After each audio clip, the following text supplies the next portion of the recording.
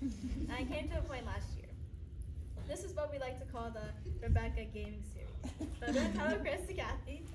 And as you can see, there are quite a few of these photos, and I'm sure many more have been taken since I collected these. And looking at these, you may be thinking, why are you spending so much time playing a video game? Or how can you play a video game when there's much more important things going on right in front of you? And these are totally reasonable questions that I can now answer. Once I realized that apparently I had a problem, I wanted to know if others have this problem too. And it turns out they do.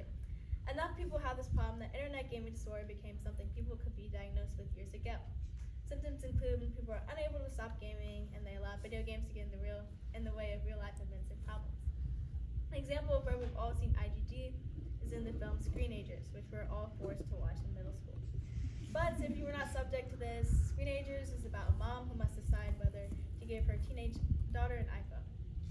In the film, we see a boy who cannot physically get up from his computer to eat, sleep, do homework, or anything else important to him because he's addicted to his video game. By watching him, we get a sense that a lot of kids out there are like him, but this isn't true as only 0.3 to 1% of the general population suffers from IGD, and even then, their cases are probably not as extreme as a kid from Screenagers. I'm here to tell you that playing video games is a totally enriching and valid hobby, and I'm fairly confident a solid 90% of you are gamers yourselves, whether it's doing the connections every day or playing Among Us back when that was a thing. Not all games and gamers fit the stereotypical negative mold. But after looking at addiction, you're probably wondering what is drawing the players in like this. Well, one of the most popular types of games are free-to-play games, which are exactly what they sound like. Games that are free to download and play. And in these games, besides the base items players receive, dozens of others are available for purchase with a click of a couple of buttons. One that we all know and love is Candy Crush. And in Candy Crush, players are invited to match, pop, and blast candies in order to solve puzzles and move on to the next level. If they fail, players are given the option to buy more moves or even buy power-ups to help them complete the levels. Although Candy Crush is a game that keeps players hooked with convenient purchases, it does have its benefits. In Candy Crush, players have to focus on how they want to use their few moves if they want to advance to the next level. Another game that we all know, Minecraft. And I'm sure a lot of you have had the opportunity to find diamonds whenever you're mining before, but studies show that Minecraft is a game that enhances players' creativity. There are two modes, creative and survival. And in both of these game modes, players are invited to take the range of creativity to complete their goal. In creative mode, that would be how big you want to build your house or what to build it out of. Or in survival, that would be figuring out how you're going to use your resources in order to make it to the end of the game.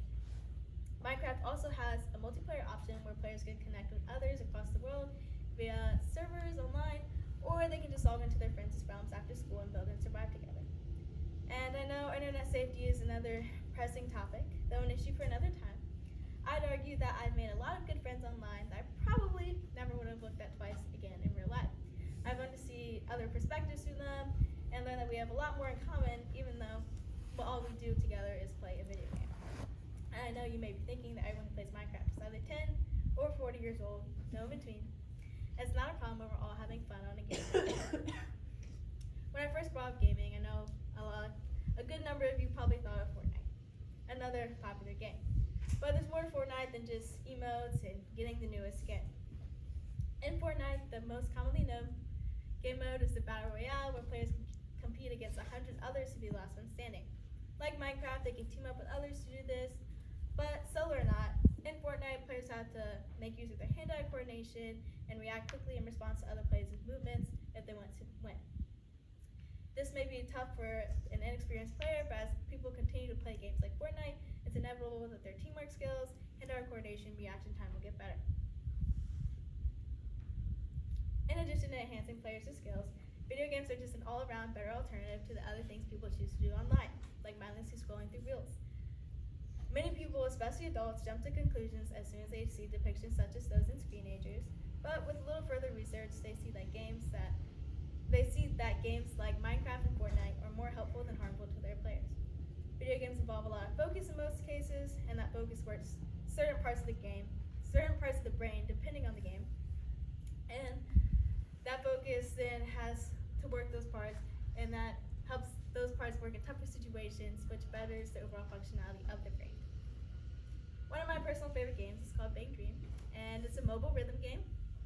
And in this game, players have to tap, hold, and swipe on notes to the rhythm of music that's not playing now, movie, and try and get all perfects and grades, and hopefully full combo, which I can tell you is a great feeling. And this is real-time footage of my sister playing the game. I know it may look a bit intimidating.